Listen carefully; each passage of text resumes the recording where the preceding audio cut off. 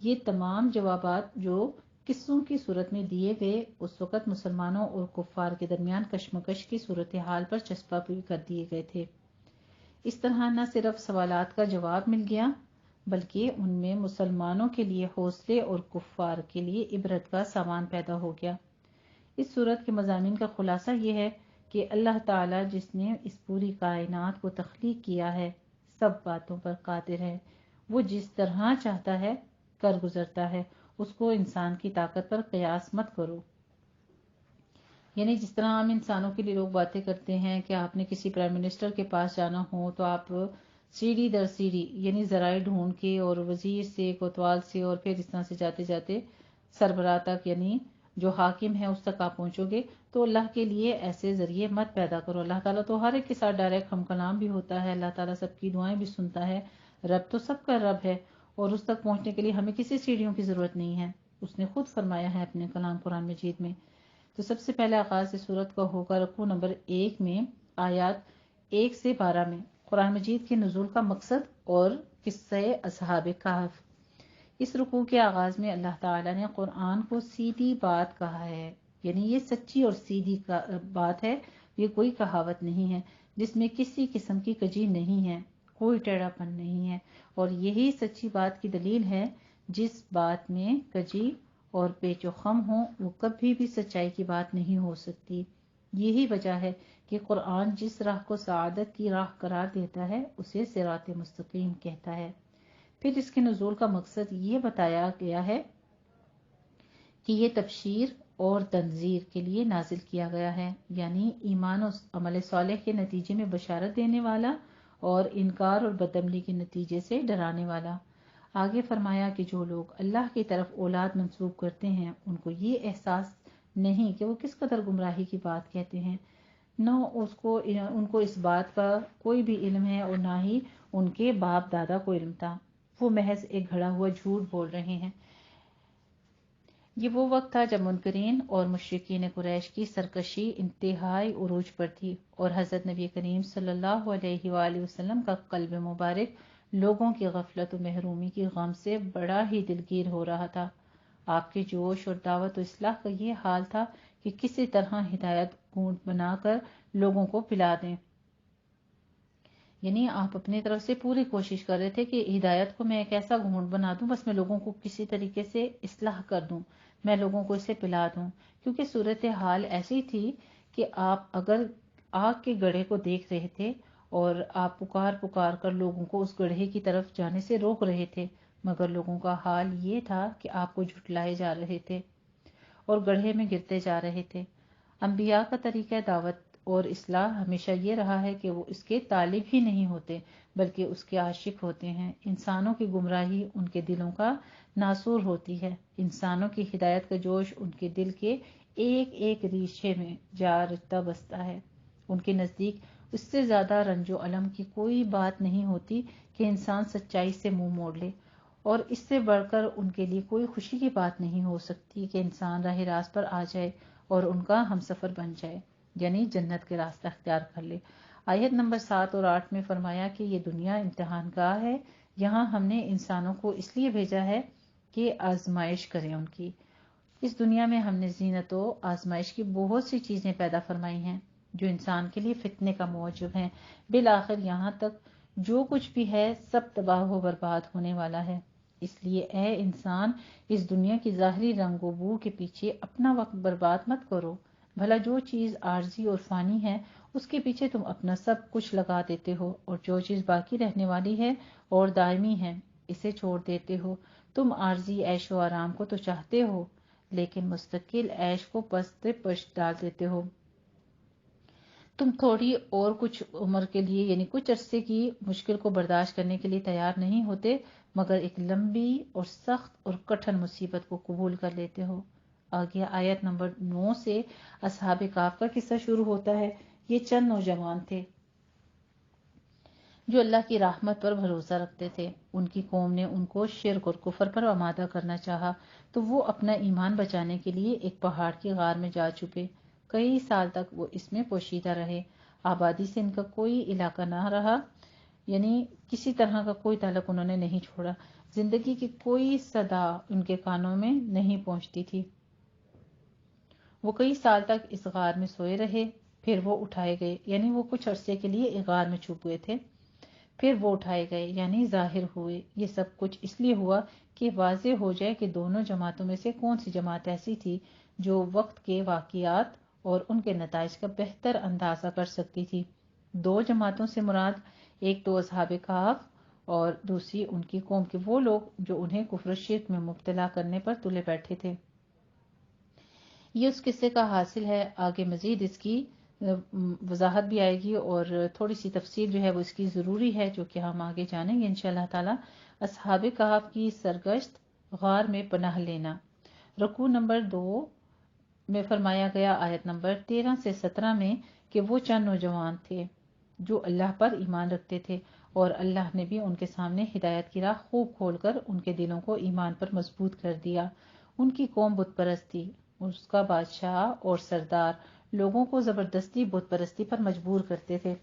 اس کے سرداروں نے ان نوجوانوں سے کہا کہ ہمارے مذہب کو اختیار کر لو، نہیں تو ہم تمہیں سنسار کر دیں گے۔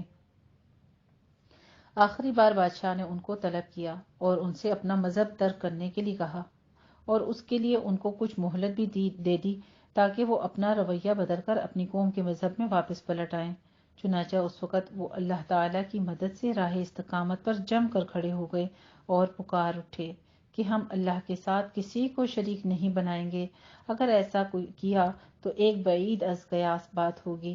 ہماری قوم کے لوگوں نے بغیر کسی دلیل کے بت پرستی اختیار کر رکھی ہے اور اللہ پر جھوٹ افطرا کر رہے ہیں، اور یہی سب سے بڑا ظلم ہے۔ انہوں نے آپس میں مشورہ کیا کہ ان ظالم لوگوں سے، یعنی جو ظالم حاکم تھے، ان کے ظلم سے بچنے کا یہی طریقہ ہے کہ یہاں سے نکلو اور وہاں سے نکل چل کر کسی غار میں پناہ لے لو۔ اللہ کی رحمت بہت وسیع ہے، وہ یقیناً تمہارے لیے آسانی پیدا کر دے گا۔ جب وہ غار میں پہنچے تو کچھ عرصہ انہوں نے وہاں قیام کیا، جس کے بعد اللہ تعالیٰ نے ان کو وہاں کئی سال کے لیے سلا دیا، جبکہ ان کی قوم کے لوگ انہیں تلاش کرتے رہے لیکن ان کو ڈھونڈ نہ سکے۔ اور یہ بات ان کی قوم میں خوب مشہور بھی ہو گئی تھی کہ چند نوجوان تھے جنہوں نے بت پرستی سے انکار کر دیا تھا، جس کے بعد وہ غائب ہو گئے اور ان کا کوئی سراغ نہیں ملا۔ آگے غار کا حال بیان فرمایا جا رہا ہے کہ اس میں کسی حال میں بھی سورج کی شعاعیں براہ راست نہیں پہنچتی تھیں۔ وہاں اللہ نے ان کو سلا دیا اور ایک وقت مقرر تک وہاں سوئے رہے۔ یہ اللہ تعالیٰ کی نشانیوں میں سے ایک نشانی تھی۔ جس کو اللہ ہدایت دے دے وہی ہدایت پانے والا ہے، اور جسے بھٹکا دے اس کے لیے کوئی ولی مرشد نہیں ہو سکتا۔ یعنی اس کا یہ مطلب نہیں ہے کہ اللہ تعالیٰ کی ہدایت نہ آئے تو کوئی انسان اللہ کی طرف رجوع بھی نہ کرے۔ یعنی ایک انسان ہے، وہ نماز نہیں پڑھ رہا، دین نہیں سیکھ رہا، تو بس وہ آرام سے زندگی بسر کرے کہ اللہ کی طرف سے ہدایت آئے گی تو میں سیکھنا شروع ہو جاؤں گا؟ نہیں، بلکہ کوشش کرنی چاہیے، سوچنا چاہیے کہ میرے اندر کس کس چیز کی کمی ہے، میرے رب کے ساتھ ربط کتنا ہے، میں قرآن کو، اللہ کے دین کے علم کو کتنا سیکھ رہا ہوں۔ تو پھر اپنے اندر اس چیز کی جستجو پیدا کرنے سے ہی اللہ تعالیٰ مزید توفیق عطا فرماتے ہیں اور ہدایت کے راستے آسان کرتے ہیں۔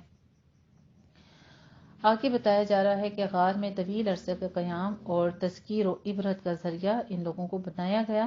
رکوع نمبر 3 میں کہ آیت نمبر 18 سے 22 میں فرماتے ہیں، اس رکوع میں اصحاب کہف کے قیام غار اور نیند سے بیدار ہونے کی تفصیل بیان ہو رہی ہے۔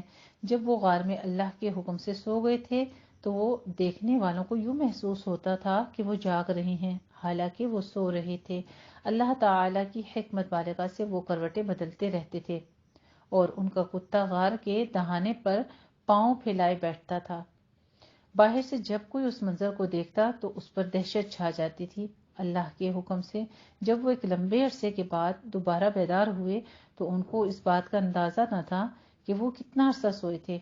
انہوں نے اپنا ایک آدمی شہر میں کھانا لانے کے لیے بھیجا اور کوشش کی کہ کسی کو خبر نہ ہونے پائے، لیکن حکمت الہی کا فیصلہ دوسرا تھا۔ خبر ہو گئی، بازار والے ان کے پرانے سکے دیکھ کر حیران رہ گئے۔ پھر جب لوگوں پر اس بات کا راز کھلا کہ یہ تو وہی چند نوجوان ہیں جو توحید پرست تھے اور بادشاہ کے ظلم سے بچنے کے لیے غائب ہو گئے تھے، تو وہ ان کی غار پر جمع ہو گئے۔ ایک لمبا عرصہ گزرنے کے بعد تہذیب، تمدن، ثقافت، مذہب سب کچھ بدل چکا تھا اور ان کی قوم بت پرستی ترک کر کے خدائی مذہب کی پیروکار بن چکی تھی۔ تاہم گمراہ لوگوں کی اکثریت تھی، یعنی اپنے مذہب کی بہت ساری باتوں پر عمل نہ کرنے والے یا ان میں تحریف کے مرتکب۔ روایات میں آتا ہے کہ ان دونوں کی ان دنوں جو ان قوموں کے وہ تھے جتنے بھی حیات اور بعد الموت پر بحث چل رہی تھی، اصحاب الکہف کی اس واقعے کے ذریعے اللہ تعالیٰ نے ان پر یہ بات بھی واضح کر دی کہ قیامت کی گھڑی میں کچھ شک نہیں، اللہ کا وعدہ سچا ہے۔ جب نوجوانوں پر یہ بات منکشف ہوئی کہ وہ ایک طویل عرصہ تک سوئے رہے ہیں تو وہ غار میں لیٹ گئے اور ان کی روحیں پرواز کر گئیں۔ جو صحیح العقیدہ لوگ تھے انہوں نے یہ مشورہ دیا کہ ان کو اسی طرح لیٹے رہنے دو اور غار کے دہانے پر دیوار بنا دو، اللہ ہی ان کے معاملے کو بہتر جانتا ہے۔ جبکہ اکثریت جو گمراہوں کی تھی انہوں نے کہا کہ ہم تو ان کے مرکز پر عبادت گاہ تعمیر کریں گے۔ آگے فرمایا کہ لوگ ان نوجوانوں کی تعداد بغیر کسی علم کے اپنے پاس سے وہی بیان کرتے ہیں جو ان کی مرضی، یعنی ہر کوئی اپنی قیاس آرائیاں کرتا رہا۔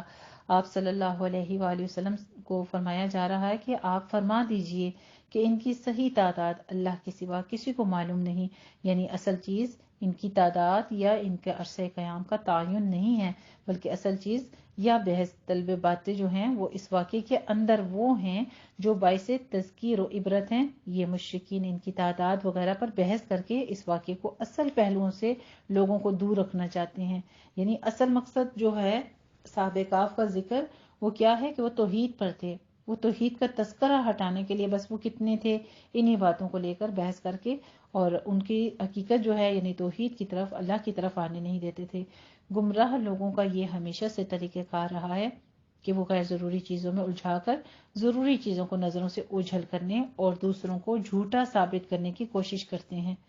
اس واقعے میں مشرکین کے لیے یہ تنبیہ ہے کہ شرک و ظلمت ہمیشہ نہیں رہتا، یہ نابود ہو کر رہتا ہے، اور مسلمانوں کے لیے یہ سبق ہے کہ جو لوگ اللہ تعالیٰ کی راہ پر صبر و استقامت کے ساتھ جمے رہتے ہیں اور اللہ کی رحمت کے امیدوار رہتے ہیں، اللہ ان کی ہمیشہ مدد کرتا ہے۔ نیز اس میں ہجرت اور اس میں غار ثور میں قیام کی طرف بھی اشارہ ہے اور حیات بعد الموت کی دلیل بھی ملتی ہے۔ آگے رکوع نمبر 4 میں فرماتے ہیں انشاءاللہ کہنے کا حکم، ہر حال میں اللہ کا ذکر اور اسی پر بھروسہ کیا جائے۔ آیت نمبر 23 سے 31 میں بیان فرمایا۔ اس رکوع کی پہلی 2 آیات میں حضرت نبی کریم صلی اللہ علیہ وآلہ وسلم سے خطاب ہے اور آپ صلی اللہ علیہ وآلہ وسلم کے ذریعے تمام امت کے لیے یہ پیغام ہے کہ یہ نہ کہا کرو کہ میں یہ کام کل ضرور کر لوں گا، بلکہ یہ کہا جائے انشاءاللہ، اگر چاہا میرے اللہ نے تو میں یہ کام کر لوں گا، کیونکہ ہوگا وہی جو اللہ چاہے گا۔ اور اگر تم یہ کہنا بھول جاؤ تو جب یاد آئے تو کہہ دیا کرو، اور یہ بھی کہا کرو کہ امید ہے کہ میرا پروردگار اس معاملے میں میری صحیح رہنمائی فرمائے گا اور مجھے سیدھی راہ دکھائے گا، یعنی اللہ کا ذکر اور اس پر بھروسہ ہر حال میں کرنا چاہیے۔ مثلا انشاءاللہ کہنے کے علاوہ کسی کام کے شروع میں بسم اللہ پڑھنا اور تقریر کے آغاز میں اللہ کے لیے حمد و ثنا بیان کرنا بھی اللہ کے ذکر کے طریقے ہیں، یعنی اب ہر وقت انشاءاللہ ماشاءاللہ کہنا جو ہے یہ بھی ٹھیک نہیں ہے۔ جیسے آپ کوئی بھی بات ہے، بعض لوگوں کی عادت ہوتی ہے جہاں پہ انشاءاللہ کہنا ہوتا ہے وہاں بھی کہتے ہیں، جہاں پہ نہیں بھی کہنا وہاں پہ بھی انشاءاللہ انشاءاللہ، یعنی ایک عادت اپنی روٹین میں بنا لیتے ہیں، تو وہ بھی ٹھیک نہیں ہے۔ جہاں پر ماشاءاللہ کہنا ہے، کسی کی خوبی دیکھ کر، کسی کے بچے کی تعریف کرنی ہے یا کسی کا گھر وغیرہ دیکھ کر ماشاءاللہ کہنا ہے، تو وہاں پر بھی الحمدللہ اور ماشاءاللہ انشاءاللہ، یعنی جن کچھ بھی منہ میں آیا وہ کہہ دیا۔ تو مخصوص کچھ مقام ہے جہاں کے لیے، جیسے کہ کوئی محفل ہے، مجلس ہے، آپ وہاں پہ ذکر شروع کر رہے ہیں، کوئی بیان کرنا ہے، کوئی تقریر کرنی ہے، تو وہاں پہ حمد و ثنا کا اور طریقہ کار ہے۔ اسی طرح سے جب آپ نے کوئی مقصد کرنے کا ارادہ کر لے، کسی کام کو کرنے کا، اس کے لیے وقت آپ انشاءاللہ کہیں، اور جب کسی کی خوبی اور خوبیاں دیکھیں، جب کسی کے پاس نعمتیں دیکھیں، تو وہاں پہ ماشاءاللہ لا حول ولا قوت الا باللہ۔ ان میں بھی یہی حکم ہے کہ اگر کوئی شروع میں بھول جائے تو بعد میں جب یاد آ جائے تو اس وقت پڑھ لے۔ آگے آیت نمبر 25 اور 26 میں پھر وہی گزشتہ رکوع کے مضامین کے ضمن میں فرمایا جا رہا ہے کہ جس طرح لوگ اصحاب کہف کی تعداد کے بارے میں اٹکل پچوکیاں کرتے ہیں، یعنی خود سے قیاس آرائیاں کرتے ہیں، اسی طرح ان کے غار میں عرصے قیام کے بارے میں بھی اپنے پاس سے ہانکتے ہیں، اور مشرکین انہی چیزوں پر بحث کر کے دیگر ضروری چیزوں سے توجہ ہٹانا چاہتے ہیں۔ آپ صلی اللہ علیہ وآلہ وسلم فرما دیں کہ اللہ ہی جانتا ہے کہ وہ کتنی مدت وہاں رہے، اور اللہ ہی آسمانوں اور زمین کی جملہ پوشیدہ باتیں جاننے والا ہے، وہی سب کچھ دیکھنے اور سننے والا ہے، اور اس کے سوا کسی کا کوئی کارساز نہیں، اور نہ اس کے کسی حکم یا فیصلے میں کوئی شریک ہے۔ اوپر آیت نمبر 23 اور 24 اصل میں اصحاب کہف کے بارے میں سلسلہ بیان میں ایک جملہ مترجہ ہے، جن میں اصل میں مسلمانوں کو کفار سے بحث وغیرہ یا ان کے کہے میں آ کر کچھ کر گزرنے کے معاملے میں محتاط رہنے کی تلقین کی گئی ہے، اور ساتھ میں پھر یہ بھی کہا ہے کہ یعنی اگر وہ مسلمانوں کو کسی بات یا کام کرنے پر اکسائیں یا کوئی ایسا سوال پوچھیں جس کا تعلق غیب سے ہو، تو جواب میں وہ یہ کہیں کہ اگر اللہ نے چاہا تو ایسا ہو جائے گا، یا تمہیں جواب مل جائے گا۔ ٹھیک ہے، خود سے قیاس آرائیاں نہیں کرنی ہے، خود سے کہانیاں گھڑ کے جواب دینا جو ہے یہ بھی طریقہ کار درست نہیں ہے۔ آگے آیت نمبر 27 اور 28 میں خطاب کا رخ اگرچہ حضرت نبی کریم صلی اللہ علیہ وآلہ وسلم کی طرف ہے، لیکن مخاطب تمام مسلمان ہیں۔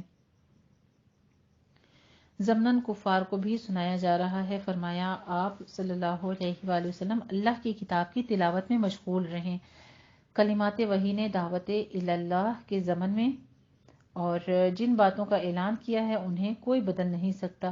دعوت کی کامیابی کا وقت بہت قریب ہے، جو اس دعوت کا انکار کر رہے ہیں ان کی فکر چھوڑ دیں، جو لوگ اس دعوت پر ایمان لائے ہیں اور شب و روز اللہ کی بندگی اور عبادت میں لگے ہوئے ہیں، وہی آپ کے لیے کافی ہے، انہی میں اپنا جی لگاؤ اور ان کی تربیت کرو، ان قریب یہی بیج ایک ایسا تناور درخت کی صورت اختیار کر لے گا۔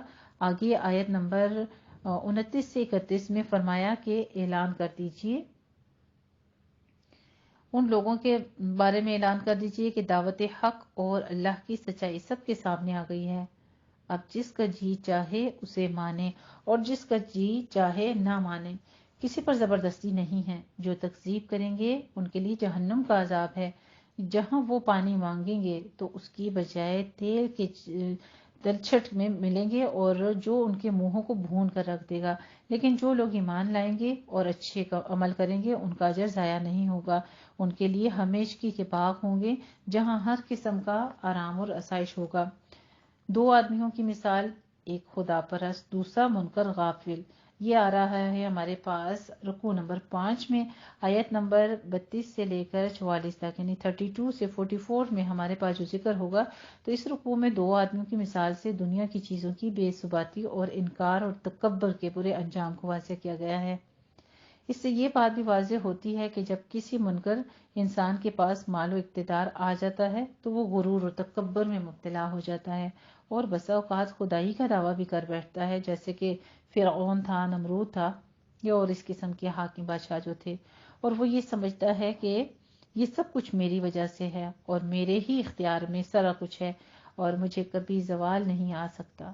وہ اپنے طاقت اور اقتدار کے نشے میں یہ بھول جاتا ہے کہ حقیقت کیا ہے۔ حقیقت میں انسان کے اختیار میں کچھ بھی نہیں۔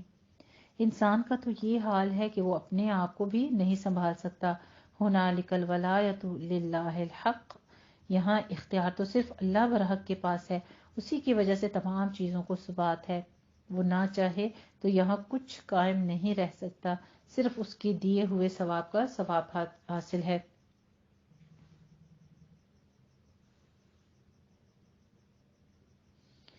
اس مثال کو اس وقت کے حالات کے مطابق دیکھا جائے تو اس میں کفار مکہ کے لیے سخت تنبیہ اور عبرت تھی، اور مسلمانوں کے لیے حوصلے کا سامان تھا۔ گزشتہ رکوع میں آخرت کے انجام کے حوالے سے بیان تھا، یہاں اس مثال کے ذریعے یہ بتایا جا رہا ہے کہ اس دنیا میں بھی انکار و تکبر کرنے والا جتنے بھی ہیں ان کا انجام کار بھی برا ہی ہوگا۔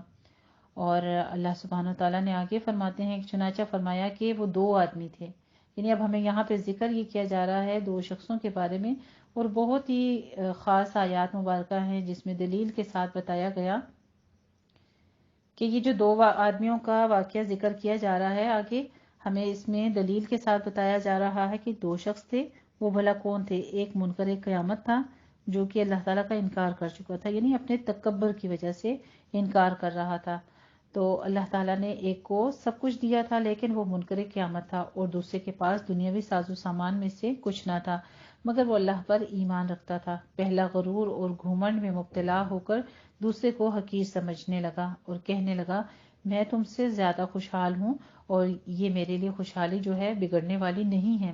دوسرا اسے سمجھاتا تھا تاکہ ان وقتی خوشحالیوں پر غرور نہ کرو، کون جانے کہ پل کے پل میں تمہارے ساتھ کیا ہو جائے، کچھ ہو جائے۔ چنانچہ ایک دن کیا ہوا کہ اس کے تمام باغات جن کی شادابیوں پر اس کو ناز تھا اچانک اجڑ گئے اور وہ اپنی اس نامرادی پر افسوس ملتا رہ گیا۔ یہ مثال کفار مکہ اور مومنین پر اس طرح چسپاں ہوتی ہے کہ خوشحال آدمی سے مراد وہ وسع مکہ ہیں اور دنیاوی ساز و سامان کے لحاظ سے کم تر آدمی سے مراد مومنین مکہ ہیں۔ اس میں کفار مکہ کے لیے یہ پیغام تھا کہ تم اپنے حال پر غور کرو، تم کس وجہ سے گھمنڈ میں مبتلا ہو؟ کیا یہ جس کو خوشحالی پر تم نازاں ہو اس کو قائم رکھنے پر تم قدرت رکھتے ہو؟ تم مسلمانوں کو حقیر جانتے ہو لیکن اپنے بارے میں کچھ نہیں جانتے کہ کل تمہارے ساتھ کیا ہونے والا ہے۔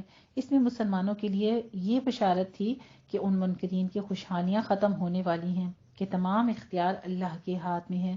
انسان اپنی خوشحالی پر نازاں ہوتا ہے لیکن اللہ کیا چاہتا ہے؟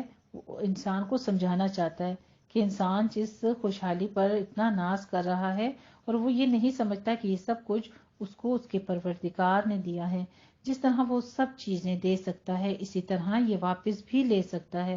یہ باغ، مال، اولاد بظاہر اس دنیا میں بہت اہمیت کے حامل ہیں لیکن ہر چیز فنا ہونے والی ہے۔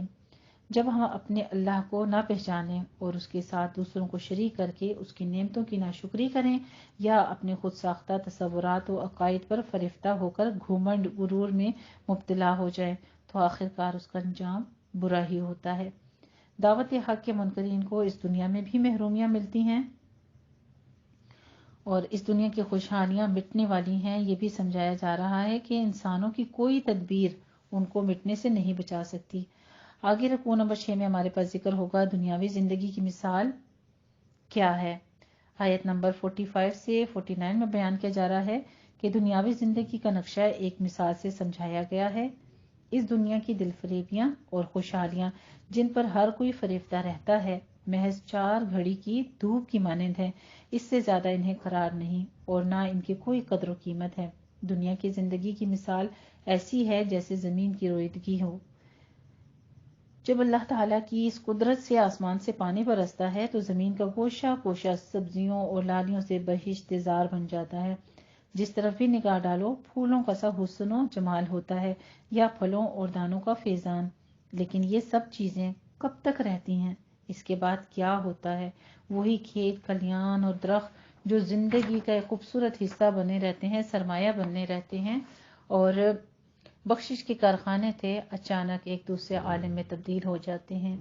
بھوکے کے یعنی کس طرح سے انسان بھوک کی نظر ہو جاتا ہے، افلاس کی نظر ہو جاتا ہے، یہ اچانک قحط آ جاتا ہے یا کوئی تباہی سیلاب وغیرہ، سب کچھ ایسے ہو جاتا ہے جیسے بھوسے کے ذرے جنہیں ہوا کے جھونکے اڑا کر کہیں سے کہیں منتشر کر دیتے ہیں۔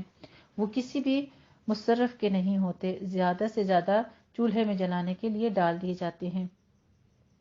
اس دنیا میں انسانی زندگی اور اس کی جد و جہد کی یہ کیسی عمدہ اور جامع مثال ہے، جس پہلو سے بھی اس پر غور کرو گے اس سے بہتر مثال اور کوئی نہیں ملے گی۔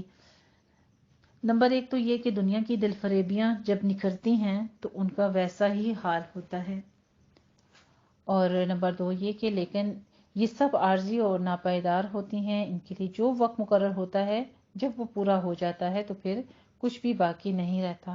اور تیسری بات یہ کہ زمین ایک ہی طرح کی، پانی بھی یکساں، رویدگی بھی یکساں، مگر پھل یکساں نہیں ہوتے۔ دنیا میں زندگی کا بھی یہی حال ہے، زندگی ایک طرح کی ہے مگر ہر زندگی کا پھل یکساں نہیں۔ سب ایک جیسے ماحول میں ہوتے ہیں، سب کی ایک ہی طرح کی رکھوالی کی جاتی ہے مگر سب ایک طرح کا پھل نہیں لاتے، کوئی عمدہ ہوتا ہے، کوئی ناقص اور کوئی بالکل خراب۔ تو یہ جو سارے کھیتی کی اور پھلوں کی مثالیں دی جا رہی ہیں، کچھ اس سے اپنے ذہن میں ایک خاکہ بنائیے کہ یہ انسان کو اس کے اعمال کی طرف اللہ سبحانہ و تعالیٰ اشارہ فرما رہے ہیں کہ ہر کسی کے عمل، ہر کسی کی کوشش، ہر کسی کی محنت آخرت کے لیے ایک جیسی نہیں ہوتی۔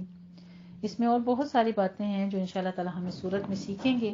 اپنے لیے سیکھنے کی جو باتیں ہیں ان کو نوٹ کیجیے ساتھ ساتھ، کہ ابھی تو ہم خلاصہ پڑھ رہے ہیں. جب ہم اس کی الفاظ کی وضاحت کریں گے، لفظی ترجمہ اور مزید تشریح کے ساتھ ان آیات مبارکہ کو پڑھیں گے، تو پھر یہ خاکہ یعنی ایک خلاصہ جو ہے آپ کا ایک مائنڈ بنا ہوا ہوگا، تو پھر آپ کو زیادہ اچھے سے یہ آیات مبارکہ سمجھ آئیں گی. چوتھی بات اس میں یہ ہے کہ عذاب اور ثواب، سعادت و محرومی کا مسئلہ بھی حل ہوا. زمین میں کاشت اس لیے کی جاتی ہے تاکہ دانے اور پھل حاصل کیے جائیں. جب فصل تیار ہو جاتی ہے تو صرف دانے اور پھل لے لیتے ہیں، جس میں تمہاری زندگی، بقا اور نفع ہے، باقی سب چھان دیتے ہیں. اسی طرح اللہ تعالیٰ نے انسان کو پیدا کیا ہے، یعنی وجود انسانی کی کاشت کی، اور اسی لیے اس کی ایکم احسن عملا، کون اچھے عمل کا پھل لاتا ہے، وہ پھل لے لیتا ہے اور باقی جو کچھ ہو جاتا ہے اسے چھان دیتا ہے. یعنی سوکھی شاخوں اور پتوں کو چولہے میں جلا جاتا ہے. چنانچہ اس نے بھی ایک چولہا گرم کر رکھا ہے جس کو دوزخ کہتے ہیں. اللہ تعالیٰ ہر ایک انسان کے اعمال کا ریکارڈ تیار کر رہا ہے، اور قیامت کے روز یہ دفتر یعنی کتاب کی شکل میں سامنے آ جائے گا، اور جزا عمل کے موقع پر کسی پر ظلم نہیں ہوگا. آگے ابلیس کا ذکر ہے، انسانیت کا دشمن ہے. اس نے کس طریقے سے دشمنی کی تھی؟ رکوع نمبر 7 میں فرمایا جائے گا کہ آیت نمبر 50 سے 53 میں کہ گزشتہ رکوع میں دنیاوی زندگی کی حقیقت بیان ہوئی تھی. اس زندگی کے فوائد چند روزہ ہیں اور فانی ہیں، فی الحقیقت اعمال صالحہ ہی کو قیام و دوام ہے. اس رکوع میں ایک دفعہ پھر انسانی تخلیق کے بعد ابلیس کی سرکشی اور اس کی انسان کے ساتھ دشمنی کی وہ جو ہے کہ نقاب کشائی کی گئی ہے، اور بتایا جا رہا ہے کہ ابلیس انسان کے ساتھ کس قدر دشمنی برتتا ہے. انسانوں کو تنبیہ کی جا رہی ہے کہ اس کو اور اس کی اولاد کو اپنا دوست مت بنائیں. جو لوگ اس کو اپنا دوست بناتے ہیں اور اس کی راہ پر چلتے ہیں، وہ اس دنیا اور آخرت میں گھاٹے میں رہتے ہیں. اس کی کوشش یہ ہوتی ہے کہ انسان دنیا کے چند روزہ عارضی فوائد سمیٹنے میں لگے رہیں اور آخرت کے دائمی اور اصلی فوائد کو بھول جائیں. انسان کو ملائکہ اور مسجود بنایا گیا تھا اور جنت میں اعلیٰ مقام دیا گیا تھا. وہ حسد کا مارا یہ چاہتا ہے کہ انسان دوبارہ وہ مقام حاصل نہ کرے، اور وہ اور اس کی ذریت پورے انسانیت کی صریح دشمن ہے. آگے فرمایا کہ ان شیاطین کی پیروی اور بندگی کیوں کر کی جا سکتی ہے، جبکہ اس کائنات کی تخلیق میں یا خود ان کی اپنی تخلیق میں ان کا کچھ حصہ نہیں. وہ تو خدا کے بندے ہیں، اللہ کے بندے ہیں اور اس کی مخلوق ہیں. بندگی اور اطاعت کے لائق تو صرف وہی ذات ہے جس نے اس کائنات کو تنہا تخلیق کیا. چونکہ ہماری سورت کا آغاز ہی الحمدللہ سے ہے، تو اس بات کو یعنی آیت کے پہلے حصے کو آپ نے خاص نظر میں رکھنا ہے. پوری سورت کے ہر آیت میں توحید کا بیان ہے.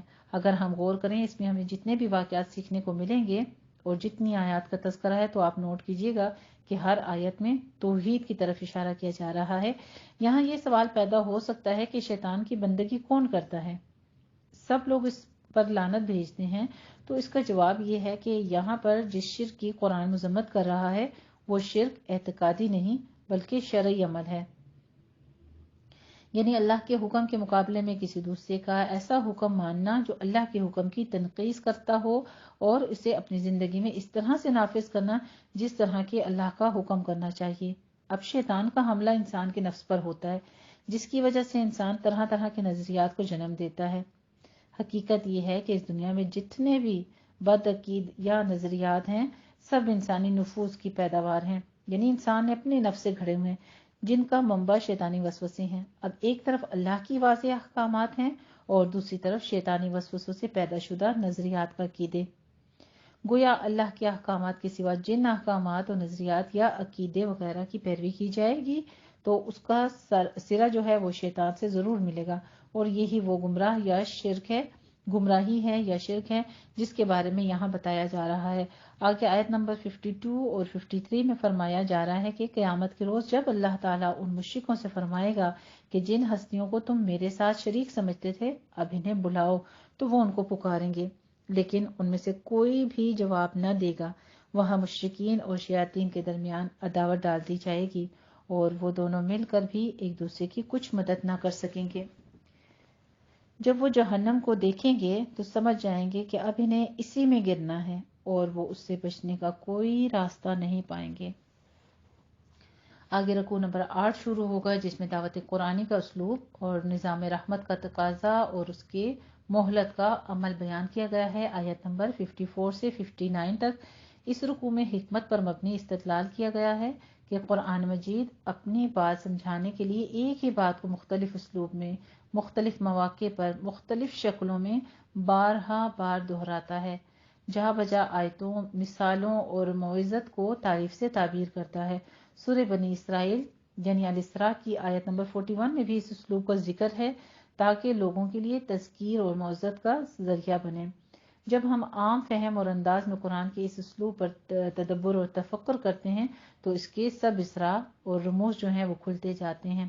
قرآن نے اس اسلوب کو اس لیے اختیار کیا تاکہ سننے والوں کے دلوں پر دستک ہو اور وہ تذکیر کا ذریعہ بنے۔ اگر فلسفی کا درس ہوگا تو اس سے وجدان متاثر نہ ہوگا، یعنی انسان کے دل پر ایک عام سی بات ہے یا کوئی نصیحت ہے جس کو ہم ایک لیکچر کی صورت میں بیان کرتے ہیں، وہ اس طرح اثر نہیں کرتی بذریعہ اس کے کہ کوئی چیز، کوئی بات جو ہے وہ مثالوں کے ذریعے سے جب وضاحت کی جاتی ہے یا سمجھائی جاتی ہے، یا نصیحت جو ہے کچھ مثالوں کے ساتھ، کچھ ایسی چیز کے ساتھ جس میں لوگوں کا انٹرسٹ ہوتا ہے۔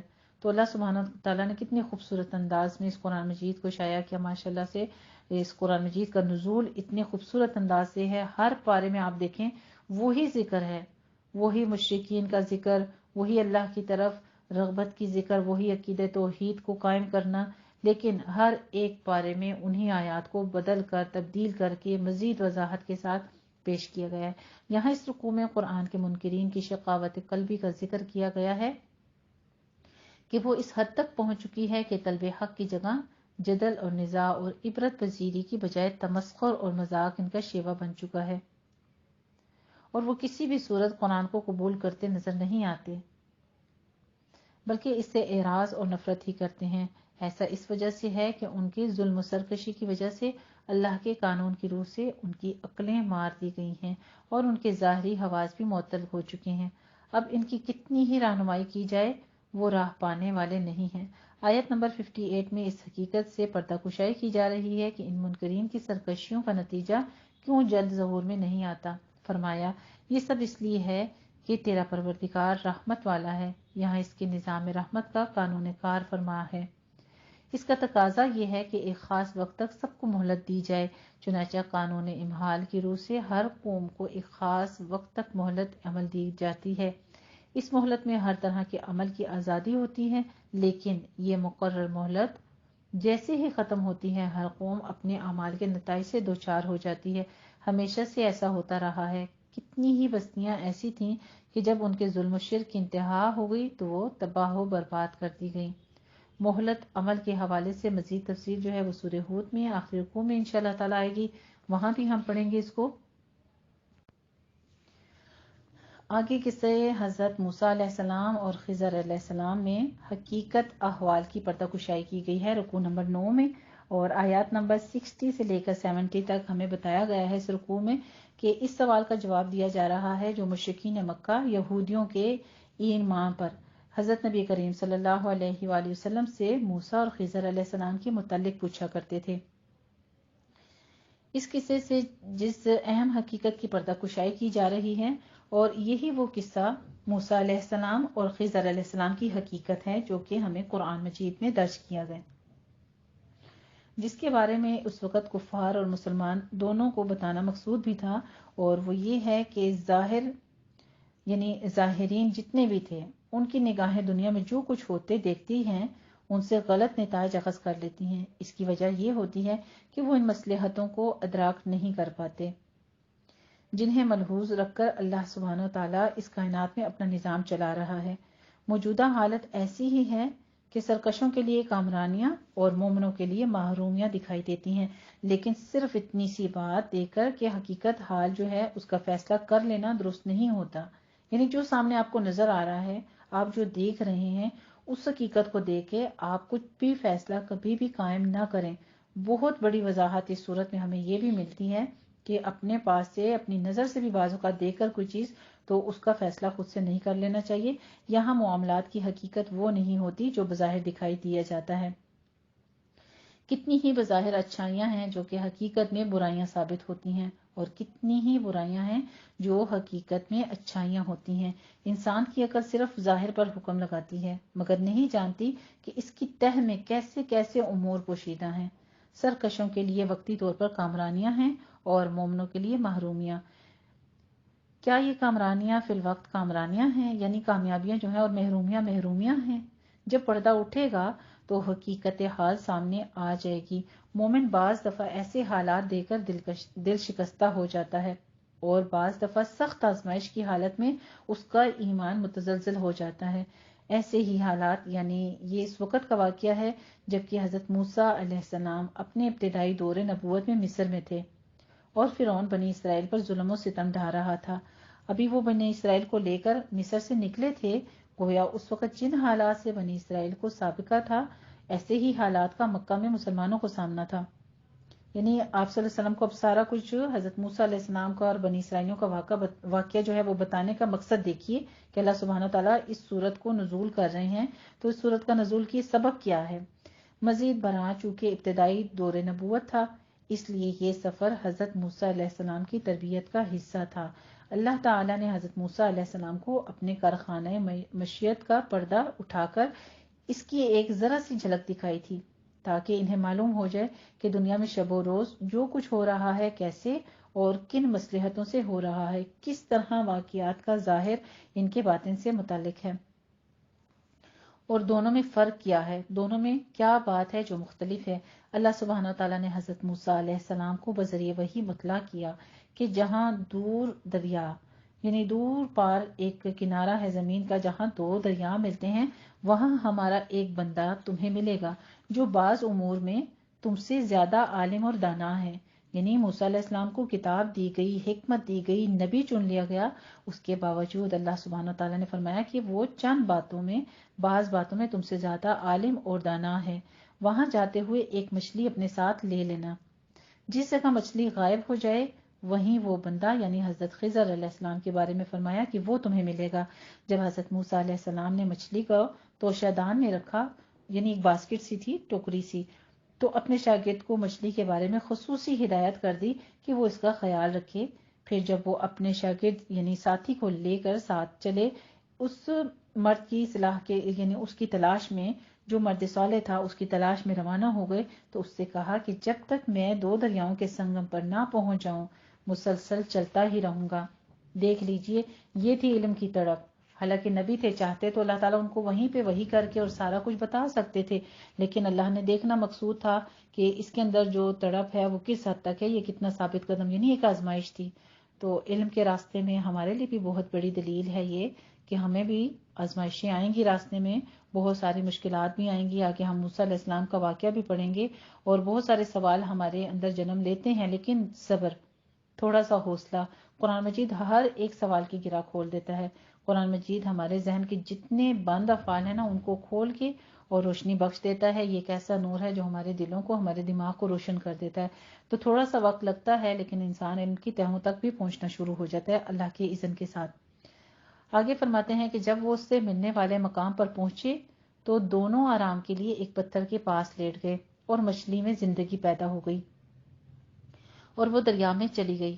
اس چیز کو حضرت موسیٰ علیہ السلام نے نہیں دیکھا، کیونکہ آپ علیہ السلام جو تھے اونگ رہے تھے، یعنی آپ کے اوپر نیند سی طاری ہو گئی تھی۔ البتہ آپ کے شاگرد نے یہ عجیب منظر دیکھ لیا، لیکن جب حضرت موسیٰ علیہ السلام بیدار ہوئے تو آپ کا شاگرد آپ کو یہ بات بتانا بھول گیا۔ پھر وہ آگے روانہ ہو گئے۔ آگے جا کر حضرت موسیٰ علیہ السلام نے اپنے شاگرد سے کہا کہ ہمارے لیے کھانا لاؤ، اس سفر سے ہمیں بہت تھکان ہو گئی ہے۔ اس وقت شاگرد گویا کہ اس کو ایک بات یاد آئی جو بھول چکا تھا، یعنی اس سے بھی اچانک ذہن سے نکل گیا، وہ بھول چکا تھا اس بات کو، اور اس نے کہا کہ ہم نے پتھر کے پاس آرام کیا تھا تو اس وقت میں مچھلی کے طرف دیکھ رہا تھا، لیکن میں اس سے غافل ہو گیا اور وہ وہاں زندہ ہو کر عجیب طرح سے دریا میں چلی گئی تھی، اور بعد میں شیطان نے مجھے ایسا غافل کیا کہ میں یہ واقعہ آپ کو بتانا بھول گیا۔ حضرت موسیٰ علیہ السلام نے کہا کہ بس وہی تو وہ مقام ہے جسے ہم تلاش کر رہے تھے۔ پھر وہ اپنے پاؤں کے نشانوں پر اسی جگہ لوٹ کر پہنچے۔ فرمایا وہاں انہوں نے ہمارے بندوں میں سے ایک بندے کو موجود پایا جس کو ہم نے اپنے ہاں اتنی نعمت اور ولایت دی تھی اور اپنے خاص علم سے نوازا تھا۔ حضرت موسیٰ علیہ السلام نے حضرت خضر علیہ السلام سے کہا کہ جو علم آپ کو اللہ نے سکھایا ہے، اگر آپ اس میں سے کچھ بھلائی کی باتیں مجھے بھی سکھائیں تو میں آپ کے ساتھ رہوں۔ خضر علیہ السلام نے کہا کہ تم میرے ساتھ رہ کر صبر نہیں کر سکو گے، اور جس بات کا تم احاطہ ہی نہ کر سکو اس پر صبر بھی کیوں کر سکو گے؟ موسیٰ علیہ السلام نے کہا اللہ نے چاہا تو آپ مجھے صابر پائیں گے اور میں آپ کے ارشاد کے خلاف نہیں کروں گا۔ خضر علیہ السلام نے کہا اگر تم میرے ساتھ رہنا چاہتے ہو تو شرط یہ ہے کہ مجھ سے کوئی بات نہ پوچھنا جب تک میں خود تم سے اس کا ذکر نہ کروں۔ یعنی اب نبی ہیں لیکن وہ آگے سے کتنی، کیونکہ استاد ایک بات پوچھنی ہے، لیکن اللہ کی طرف سے حکم جو آ چکا تھا کہ وہ آپ سے علم میں زیادہ ہیں، اب وہ آپ کا ساتھ چاہنے کے لیے ہر قسم کے صبر کے لیے تیار تھے۔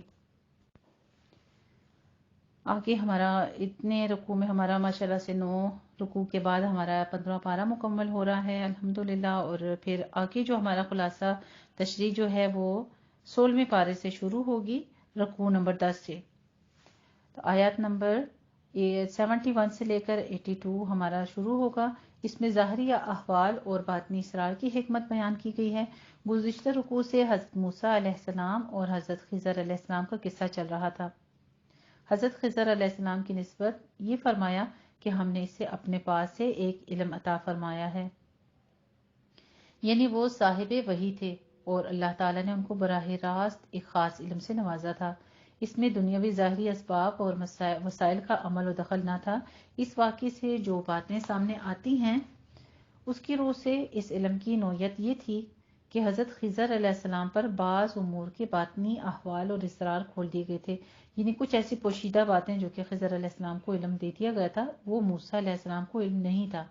اور آخر میں جو کہ ان کے قول یعنی وما فعلتہ عن امری، میں نے جو کچھ کیا اللہ کے حکم سے کیا، میرے ذاتی ارادے کا اس میں کوئی دخل نہیں ہے، یہ ثابت ہوتا ہے اس بات سے کہ وہ اللہ تعالیٰ کے ان بندوں میں سے تھے جو قضاء و قدر پر مقرر تھے۔ یعنی اللہ تعالیٰ نے حضرت خضر علیہ السلام کو اس علم سے نوازا تھا جس کا تعلق مشیت کے امور سے تھا، جس میں غیب کا عمل دخل ہوتا ہے، جبکہ حضرت موسیٰ علیہ السلام کے پاس وہ علم تھا جو شریعت الہی سے متعلق تھا، جس میں ظاہری احوال پر بھی حکم لگایا جاتا ہے۔ چنانچہ حضرت موسیٰ علیہ السلام نے جب ان کے ساتھ سفر شروع کیا تو ارادہ یہ کیا تھا کہ یہ خاموش رہیں گے، لیکن ان کا یہ ارادہ چل نہ سکا۔ آخر بشر تھے نا، نبی تھے، اور ان کے اندر اللہ تعالیٰ نے صبر کا بھی جو اسٹیمنا ہے وہ بھی کافی رکھا ہوا تھا۔ اس کے باوجود انسان تھے، ایک بشر تھے، تو وہ اپنے اوپر کنٹرول نہ رکھ سکے، اس کے باوجود وہ ہر مرتبہ بول اٹھے، کیونکہ یہ تمام باتیں شعور سے متناقض بھی تھیں جو کہ شریعت الہی ہے، انسان کے اندر پیدا کر دی گئی ہے۔ کم از کم پہلی 2 باتیں تو صریحاً شریعت کے خلاف تھیں، لیکن اللہ تعالیٰ حضرت موسیٰ علیہ السلام کو یہ دکھانا چاہتے تھے کہ ہماری مشیت کیوں کر کام آتی ہے اور مختلف امور کا ظاہر ان کے باطن سے کیسے مختلف ہوتا ہے۔ ان واقعات سے جو حقیقت سامنے آتی ہے وہ یہ ہے کہ اللہ تعالیٰ کے ہر کام میں جو بظاہر برا ہی نظر آ رہا ہو، کوئی نہ کوئی بہتری ضرور ہوتی ہے۔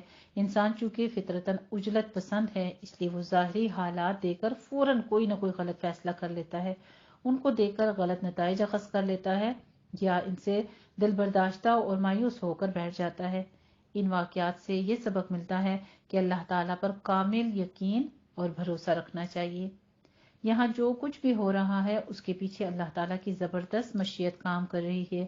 اگر حالات بظاہر بہت خراب نظر آ رہے ہوں تو یہ اس بات کی علامت ہے کہ بہتری آنے والی ہے، اور اس کی بہترین دلیل اللہ سبحانہ وتعالیٰ نے ہمارے لیے دن بھی تو بنایا ہے کہ یعنی رات ہو جاتی ہے، پھر رات کے بعد دن ضرور ہوتا ہے، اور یہ اللہ تعالیٰ کی خاص و خاص ہمارے اوپر انعام ہے کہ اللہ تعالیٰ نے ہمیں سمجھانے کے لیے یہ دن رات بھی بنائے اور یہ تمام حکمتیں ہمیں سمجھائی ہیں۔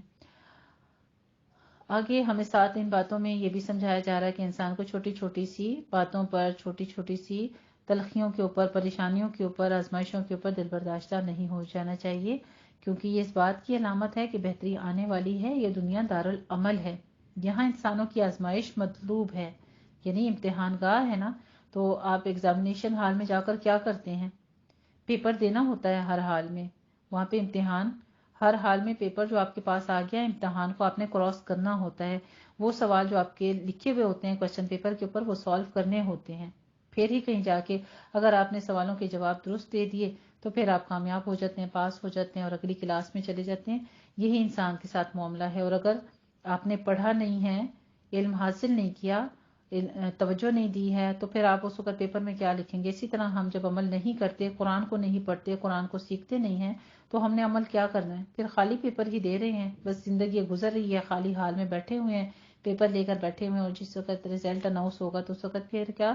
ناکامی۔ تو یہ ساری چیزیں جو ہے نا، یہ انسان کی آزمائش کے لیے مطلوب ہیں۔ اس لیے یہاں بہت ساری باتیں جو ہیں وہ پردہ راز میں رکھی جاتی ہیں۔ جب پردہ اٹھے گا اور لوگ اللہ کے حضور حاضر ہوں گے تو تمام راز آشکارا ہو جائیں گے۔ ذوالقرنین کے بارے میں سوال اور ان کا قصہ بیان کیا گیا۔ آگے آخری رکوع جو ہمارا 11 اور 12 آ رہے ہیں، 11ویں رکوع میں آیت نمبر 83 سے 101 میں فرما رہے ہیں، یہودیوں کے اشارے پر مشرکین مکہ نے حضرت نبی کریم صلی اللہ علیہ وآلہ وسلم سے جو سوالات کیے تھے ان میں سے ایک سوال ذوالقرنین کے بارے میں بھی تھا۔ اس رکوع میں اس کا جواب دیا گیا ہے، فرمایا ہم نے اس کو زمین پر حکمرانی عطا کی تھی اور فتوحات کے جملہ سامان اس کو مہیا کیے تھے۔ اس میں سے اس کی 3 مہموں کا تذکرہ ہے۔ اس نے ایک سفر مغرب کی طرف کیا، وہ مغرب کی طرف فتوحات کرتا ہوا بڑھتا گیا یہاں تک کہ آگے سمندر آ گیا۔ وہاں غروب آفتاب کے وقت ایسا محسوس ہوتا تھا کہ سورج ایک گدلے پانی کی جھیل میں ڈوب رہا ہے۔ وہاں اسے ایک ایسی قوم ملی جو اس علاقے میں بستی تھی۔ وہ فاتح بادشاہ تھا، اگر چاہتا تو خوب لوٹ مار کرتا اور ان کو نقصان پہنچاتا، لیکن اس نے کہا کہ صرف ظالموں اور ناانصافوں کو ہی ہم سزا دیں گے، اور ایسے لوگوں کو اللہ تعالی بھی سزا دے گا اور اللہ کے ہاں بھی ان کو عذاب ملنے والا ہے۔ رہے نیکوکار تو ان کو ڈرنے کی کوئی ضرورت نہیں۔ اس سے معلوم ہوا کہ وہ ایک نیک دل اور عادل بادشاہ تھا۔ پھر وہ مشرق کی طرف چلا۔ جب وہ فتوحات کرتا ہوا انتہائی مشرق میں آ گیا تو یہاں اس کو ایک ایسی قوم ملی جو ایک کھلے میدان میں زندگی بسر کرتی تھی، یعنی وہ اتنی پسماندہ اور وحشی تھی کہ اسے دھوپ یا بارش وغیرہ سے اپنا بچاؤ کرنے کے لیے کوئی اوٹ وغیرہ بھی بنانا نہیں آتی تھی، یعنی بالکل برہنہ جسم، اور اپنے نہ گھر ان کے، نہ سر پہ چھت، یعنی کوئی طریقہ نہیں تھا ان کے اندر رہنے کا، ڈھنگ ہی نہیں تھا۔ پھر وہ ایک اور سفر پر روانہ ہوا اور ایک ایسی جگہ پہنچا جہاں 2 پہاڑوں نے 2 دیواروں کی شکل اختیار کی ہوئی تھی، یعنی وہ ایک درے کی شکل میں تھی اور وہاں ایک قوم آباد تھی اور ان کی زبان کوئی نہیں سمجھتا تھا۔ یاجوج اور ماجوج اس درے سے گزر کر آتے تھے اور اس طرف کی بستیوں میں لوٹ مار کرتے تھے۔ چنانچہ اس قوم نے کہا، اے ذوالقرنین، یاجوج اور ماجوج اس ملک میں آ کر لوٹ مار کرتے ہیں، کیا ایسا ہو سکتا ہے کہ آپ ان کے اور ہمارے درمیان ایک دیوار یعنی اوٹ بنا دیں؟ اس لیے ہم ٹیکس دینے کے لیے بھی تیار ہیں۔ ذوالقرنین نے کہا، مجھے ٹیکس کی یعنی پیسے کی ضرورت نہیں ہے، تم مزدور مہیا کرو اور کچھ سامان۔ پھر اس نے لوہے اور تانبے کی ایک ایسی دیوار بنائی کہ یاجوج اور ماجوج نہ اس پر چڑھ سکتے تھے اور نہ اس میں سرنگ لگا سکتے تھے۔ ذوالقرنین نے کہا، جب قیامت آئے گی تو پروردگار ہمارا اس دیوار کو ریزہ ریزہ کر دے گا اور ہمارے پروردگار کا وعدہ قیامت برحق ہے۔ فرمایا، اس روز سمندر کی لہروں کی طرح ایک قوم دوسری قوم کے درمیان بہنے لگے گی اور سور پھونکا جائے گا اور تمام قوموں کی بھیڑ اکٹھی ہو جائے گی۔ یاجوج باجوج کے بارے میں بھی یہی کہا جاتا ہے کہ ہے تو یہ آدم علیہ السلام کی اولاد ہی، لیکن آپ دیکھیں کہ وہ کس قدر انسانوں کے لیے خونخوار بنی ہوئی تھی کہ ان کے تمام خوراک اور ہر چیز کے اوپر مسلط ہو کر رہ جاتی تھی۔ کفار جن کی آنکھوں پر غفلت کے پردے پڑے ہوئے ہیں وہ سب کے سب جہنم میں پھونک دیے جائیں گے۔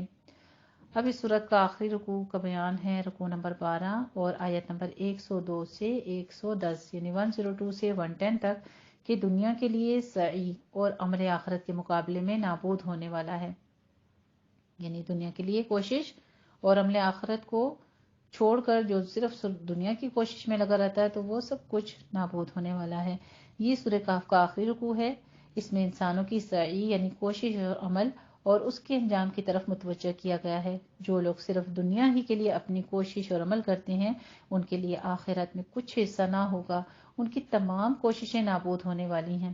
اس کے مقابلے میں ان لوگوں کی کوششیں دائمی ہیں جو وہ اللہ کی رضا کے لیے کرتے ہیں، جن میں وہ دنیا اور آخرت دونوں کے فائدے کو پیش نظر رکھتے ہیں۔ آج کل دنیا پرست لوگ یہ گمان کرتے ہیں کہ ہم نے بڑے بڑے ٹیکنالوجی کے پلانٹ مختلف شعبوں میں قائم کیے اور ہماری تحقیقات اور ایجادات جو ہیں وہ آج کل دنیا میں بہت زیادہ عام ہیں. اس سے انسانوں کو بڑے فوائد حاصل ہو رہے ہیں اور یہ چیز لوگوں کو طرح طرح سے گمراہ کر دیتی ہے. مسلمانوں کے اندر بھی ان جدید تحقیقات اور ایجادات نے مختلف تصورات، نظریات پیدا کر دیے. وہ محض دنیا کی ترقیات اور مادی کامیابیوں کو ہی حقیقی معراج سمجھنے لگے ہیں اور ماہ پرست ایجادات نے مختلف قسم کے لوگوں کو اپنے علم پر نازاں کیا، گویا کہ وہ خدا بن بیٹھے ہیں. حالانکہ حقیقت یہ ہے کہ وہ ایک دھوکے میں مبتلا ہیں. سوال یہ ہے کہ موجودہ صورت میں یہ تحقیقات اور ایجادات جو ہیں حقیقتاً انسانوں کو فائدہ پہنچا رہی ہیں یا نہیں. ان چیزوں نے مجموعی طور پر انسانوں کو کیا دیا ہے؟ صرف آرام طلبی، عدم سکون، بے چینی، ذہنی انتشار اور افراتفری. اور سب سے بڑھ کر ان چیزوں نے انسان کو اپنے خدا سے دور کر دیا ہے، یعنی اپنے رب سے دور کر دیا ہے. انسان ان چیزوں میں ایسا مستغرق ہوا ہے کہ انہی کو اپنا معبود بنا بیٹھا ہے.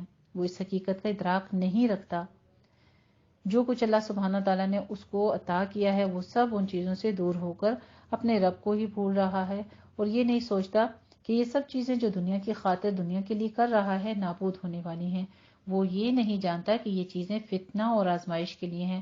وہ بڑے بڑے کارخانے لگاتا ہے اور اسے اپنی بڑی کامیابی قرار دیتا ہے، لیکن وہ یہ نہیں جانتا کہ یہ حقیقی کامیابی نہیں ہے. جب پردہ غفلت دور ہوتا ہے تو اسے احساس ہوتا ہے کہ اس نے اپنا سارا وقت برباد کر دیا تھا. اصل خرابی ان تحقیقات اور ایجادات میں نہیں بلکہ ان کے استعمال میں ہے، اور جس کی وجہ سے انسان کی خدا فراموشی اور دنیا پرستی کی دوڑ اور ہرس جو ہے وہ قائم ہو چکی ہے. ان میں بعض چیزیں انسان کو ہلاکت میں ڈال رہی ہیں تو بعض اگر فائدہ مند بھی ہیں تو فائدہ پہنچانے والے انسان درست نہیں ہیں. وہ منکر خدا ہیں، منکر آخرت ہے اور ریاکار ہیں اور مفاد پرست ہیں. لہٰذا ان کا فائدہ پہنچانا حقیقت میں نہ ان کے لیے فائدہ مند ہے نہ انسانیت کے لیے، کیونکہ ان کی پوری منصوبہ بندی میں بناؤ کی جگہ بگاڑ زیادہ ہوتا ہے. یہ تمام چیزیں جن میں جدید سائنسی نظریات، جدید ٹیکنالوجی اور دیگر ایجادات اور انکشافات شامل ہیں، یقیناً انسانوں کے لیے ایک فتنہ ہے. اگر ہم یہ یقین رکھیں کہ اللہ سبحانہ وتعالیٰ نے ہماری آزمائش کے لیے ہمارے اوپر یہ علم و تحقیق کی راہیں کھولی ہیں اور ہم اللہ کی حدود کے اندر ان چیزوں سے مستفید ہوں اور مزید ترقی بھی کریں اور اللہ کی رضا کا جذبہ ہر لمحہ ہمارے اندر موجود رہے، تو یہی چیزیں جو دنیا والوں کے لیے بے فائدہ ہیں حقیقی فائدہ مند ہو جائیں. اصل میں اللہ تعالیٰ کی طرف سے جو فائدہ مند چیزیں بھی ہیں انسان کو دی گئی ہیں وہ نعمت کہلاتی ہیں، لیکن یہ نعمت انسان کی آزمائش کے لیے ہوتی ہے. انسان کا کام یہ ہے کہ وہ اس نعمت کو صحیح استعمال کرے، اللہ تعالیٰ کا شکر اور اس کا حکم بجا لائے اور اس کی قائم کی ہوئی حدوں سے باہر نہ نکلے. جب کسی انسان کا طرز عمل اللہ کی نعمتوں یا اس کی آزمائش میں ایسا ہو جائے تو پھر اس کی کوشش، اس کی سعی نابود نہیں ہوتی، وہ غیر فانی ہو جاتی ہے. ایسے ہی انسان کے اعمال کو قیامت کے دن وزن دیا جائے گا. چنانچہ آیت نمبر 102 سے لے کر 106 میں ایسے ہی لوگوں کے بارے میں ارشاد فرمایا جا رہا ہے جو دنیا پرستی میں غرق ہیں اور مادہ پرستی یا مادہ پرست لوگوں کو اپنا معبود بنائے بیٹھے ہیں. ایسے لوگ جو بھی عمل کرتے ہیں چاہے وہ بظاہر اچھے ہی کیوں نہ نظر آئیں، بے فائدہ اور فانی ہیں. ایسے لوگوں کی ایک اور نشانی یہ بھی ہے کہ یہ لوگ اللہ کی کتابوں اور اس کے رسولوں کا مذاق اڑاتے ہیں. یہ مذاق وہ اللہ اور اس کے رسول کی ہدایت پر عمل نہ کرنے اور یا ان کو کمتر گمان کرنے اور ان میں تحریف کا مطالبہ کر کے صریحاً زبان سے اول اور اول فول بکتے رہتے ہیں، یعنی اسی طرح سے مذاق اڑاتے رہتے ہیں. یہ لوگ روز جزا کو صریح گھاٹے میں رہیں گے اور ان کا ٹھکانہ جہنم ہوگا. ان کے برعکس وہ لوگ جو اللہ تعالیٰ کی آزمائشوں میں ثابت قدم رہتے ہیں، اللہ پر یقین رکھتے ہیں اور اللہ کے لیے سعی و عمل کرتے ہیں، حقیقی کامیابی حاصل کر لیتے ہیں. کیا انسان اپنے علم پر نازاں ہے؟ کیا یہ مادہ پرست لوگ دنیا کے علوم و فنون کے بلبوتے پر اللہ کو نیچا دکھانا چاہتے ہیں؟ حقیقت یہ ہے کہ تمہیں جو کچھ علم ملا ہے یہ تو اللہ کے علوم میں سے ایسے ہیں جیسے ایک سمندر کے مقابلے میں ایک قطرہ یا اس سے بھی کم. فرمایا تمہارے پروردگار کی باتیں اتنی ہیں کہ اگر سمندر کے سمندر سیاہی بن جائیں اور اس دنیا کے تمام درخت قلم بن جائیں تو ختم نہ ہوں گی. سمندر کے سمندر ختم ہو جائیں گے اور قلم گھس گھس کر نابود ہو جائیں گے مگر اللہ تعالیٰ کی باتیں ختم نہ ہوں گی. اے انسان تم کیوں مغرور ہو رہے ہو؟ یہ جو تھوڑا سا علم و فن تمہیں اللہ تعالیٰ نے سکھایا ہے، اس کی بنا پر تم خود خدا بنتے جا رہے ہو۔ آخر میں فرمایا کہ آپ صلی اللہ علیہ وآلہ وسلم اعلان کر دیں کہ میں اس کے سوا کچھ نہیں ہوں، کہ تمہارے جیسا ایک آدمی ہی ہوں۔ پھر وہی آیت سورت کا جو تکمیل ہوتی ہے وہ بھی توحید پر ہی، کہ اللہ نے مجھے وہی سے نوازا ہے، اللہ ہی تمہارا معبود حقیقی ہے، اس کے سوا کوئی اور معبود نہیں ہے، اور انسانوں میں سے جو کوئی اس سے ملنے کی امید رکھتا ہے اس کو چاہیے کہ دنیا میں اچھے کام کرے اور اپنے رب کو پہچان کر اس کی بندگی کا راستہ اختیار کرے، اور ان مادی ایجادات سے متاثر ہو کر مادہ پرستی کو خدا پرستی کا مقام نہ بنائے، کیونکہ یہ تمام چیزیں دنیا کے لیے آزمائش ہیں اور تباہ و برباد ہونے والی ہیں۔ وآخر دعوانا ان الحمد للہ رب العالمین۔ الحمد للہ جی، یہ تھا مختصر سا خلاصہ، اور اب ہم نے پوری صورت کی ڈیٹیل الحمدللہ ہمارے علم میں آ چکی ہے۔ اس حساب سے اب اپنے ذہنوں کو تیار رکھتے ہوئے ہم نے ایک ایک رکوع یا دو رکوع انشاءاللہ تعالی ہم روزمرہ کے ساتھ کریں گے، تجوید و تفہیم کے ساتھ۔ اللہ سبحانہ تعالی ہم سب کو اس کا کامل علم اور عمل عطا فرمائے، اور جو ہم اس میں سے سیکھیں اس پر ہمیں ثابت قدمی عطا فرمائے۔ وآخر دعوانا الحمدللہ، جزاکم اللہ احسن الجزاء۔